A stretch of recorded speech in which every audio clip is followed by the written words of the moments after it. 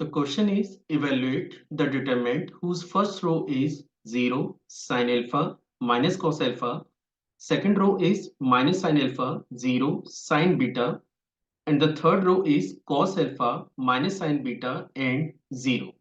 So let's see how we are going to solve the given problem. तो चलिए शुरू करते हैं. तो फर्स्ट ऑफ ऑल मैं आपको ये बता देता हूँ कि अगर आपके पास कोई 3 into 3 ऑर्डर का डिटरमिनेंट मौजूद है तो अपन इसे ओपन कैसे करते हैं. तो सबसे पहले मैं एक 3 into 3 ऑर्डर के डिटरमिनेंट को कंसीडर कर लेता हूँ. लेट उसके फर्स्ट रो की जो एंट्रीज हैं they are A B C. Second row की जो एंट्रीज है हम लोग उसे कंसीडर कर लेते हैं एल एम एन. और थर्ड रो की एंट्रीज को कंसीडर कर लेते हैं एक्स वाई जेड. ठीक है. पहला पॉइंट ये है कि आप डिटरमिनेंट को किसी भी रो या किसी भी कॉलम के रेस्पेक्ट में ओपन कर सकते हैं बाय यूजिंग द रूल्स. इसकी वैल्यू पे कोई फर्क नहीं आएगा. आप चाहे तो कोई भी रो ओपन करें या कोई भी कॉलम ओपन करें, लेकिन राइट नाउ इस क्वेश्चन में मैं आपको ये बताने जा रहा हूं कि अगर मैं इसे फर्स्ट रो के रेस्पेक्ट में ओपन करूंगा तो मुझे क्या ऑपरेशन परफॉर्म करना होगा. तो इनकेस अगर मैं ये लेट दिस इज R1 रो, ये आपका R2 रो है, ये आपका R3 रो है, ये आपका पहला कॉलम C1, ये आपका C2 और ये आपके पास C3. और मैं आपको ये बता रहा हूं कि इनकेस अगर आप इसे फर्स्ट रो के रेस्पेक्ट में ओपन करेंगे तो किस टाइप का ऑपरेशन आपको करना होगा.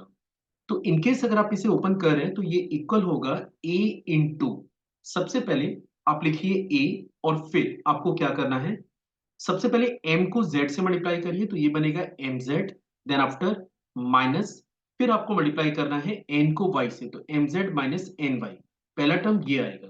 इसके बाद आपको पता होना चाहिए कि जब आप इसे ओपन करते हैं, मे बी आपने बेसिक्स को तो पढ़ा ही होगा, ये हमेशा ऑल्टरनेट साइन के साथ ओपन होता है. मतलब इसको आप प्लस के साथ ओपन करेंगे, इसको माइनस के साथ और फिर इसको अगेन प्लस के साथ.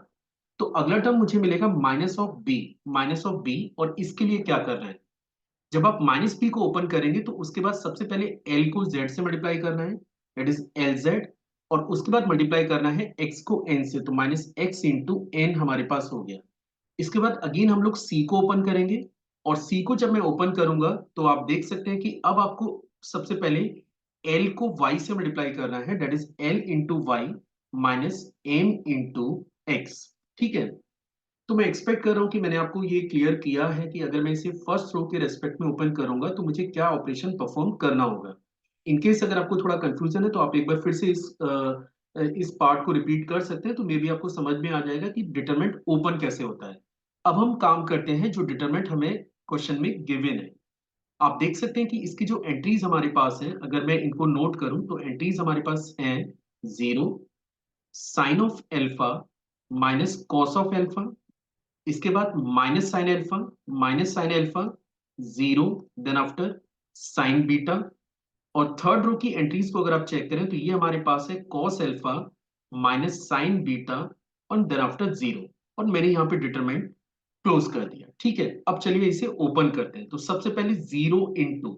अब 0 इंटू जो भी आप करेंगे वो वैल्यू तो 0 ही आएगी. तो देखिए एक स्टेप तो आपका सीधा सीधा बच गया. इसके बाद हम लोग लिखेंगे माइनस ऑफ साइन एल्फा. जैसे मैंने कहा था कि प्लस ऑल्टरनेट साइन के साथ इसे ओपन करना होता है, पहले प्लस फिर माइनस. तो ये बनेगा माइनस साइन एल्फा. इसके बाद आपको मल्टीप्लाई करना है माइनस साइन एल्फा को 0 से, तो डेट विल बिकम 0 माइनस. उसके बाद मल्टीप्लाई होगा cos alpha into sine beta, that is cos alpha into sine beta. ठीक है. इसके बाद फिर इसको ओपन करेंगे और ये प्लस साइन के साथ ओपन होना है.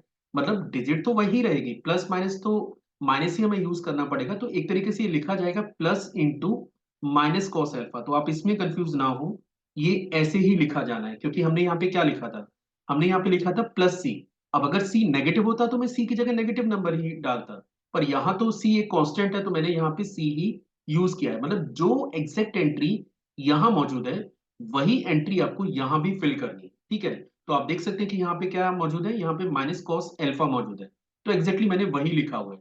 अब अब हमें पहले मल्टीप्लाई करना होगा इसको माइनस साइन एल्फा को, we will multiply minus sine alpha को माइनस साइन बीटा से मल्टीप्लाई करेंगे तो ये बनेगा minus of sine alpha into minus of sine beta. Process में ऊपर आपको समझा चुका हूं. माइनस, इसके बाद कॉस एल्फा इंटू 0, मतलब इन दोनों नंबर को मल्टीप्लाई करना है और ये क्वांटिटी आपके पास हो जाती है 0. चलिए अब इसे फर्दर सिंप्लीफाई कर लें. तो पहला टर्म तो आपका सीधा सीधा 0 बन जा रहा है. इसके बाद आप देख सकते हैं कि सेकंड टर्म हमारे पास बनेगा sine alpha cos alpha into sine beta के। इसके बाद इसको आप चेक कर सकते हैं और ये बनेगा माइनस के, that is sine alpha cos alpha into sine beta के। आप देख सकते हैं कि जो डाटा ये है एग्जैक्टली यही डाटा आपको इधर भी नजर आ रहा है, तो आप डायरेक्टली इसे कैंसिल कर सकते हैं and the value of the determinant is equal to 0।